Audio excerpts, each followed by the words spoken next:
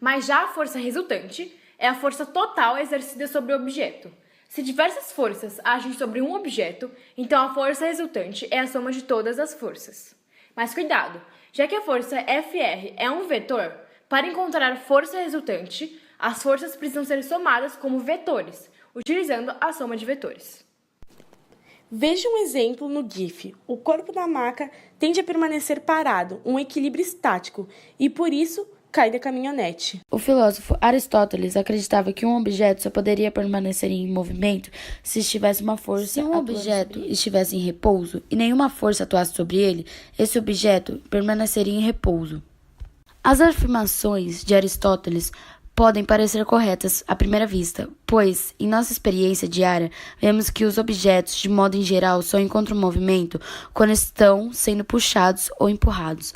Como exemplo, um livro sobre a mesa. Quando você empurra, ele imediatamente para quando você deixa de empurrá-lo. Já Galileu Galilei usava uma metodologia de estudos diferente de Aristóteles, no qual ele fazia a descrição matemática da natureza com experimentos científicos. Galileu utilizou uma esfera em repouso sobre uma superfície horizontal. Observou que, empurrando-a com uma certa força, a esfera continuava a se mover, percorrendo uma certa distância, mesmo depois que ele deixava de empurrá-la.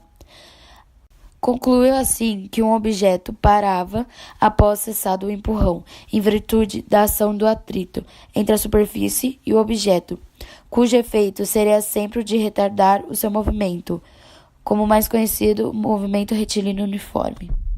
Após todos esses experimentos, Newton concluiu em sua primeira lei que, na ausência de forças, um objeto em repouso continua em repouso.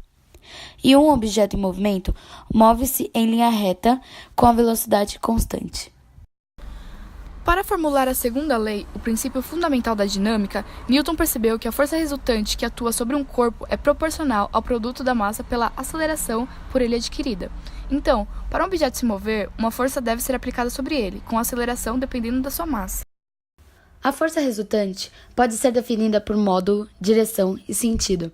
Portanto, dizemos que a aceleração do corpo terá a mesma direção e sentido da força que atua sobre ela. E como dissemos anteriormente, a força resultante é a soma de todas as forças. Veja o exemplo.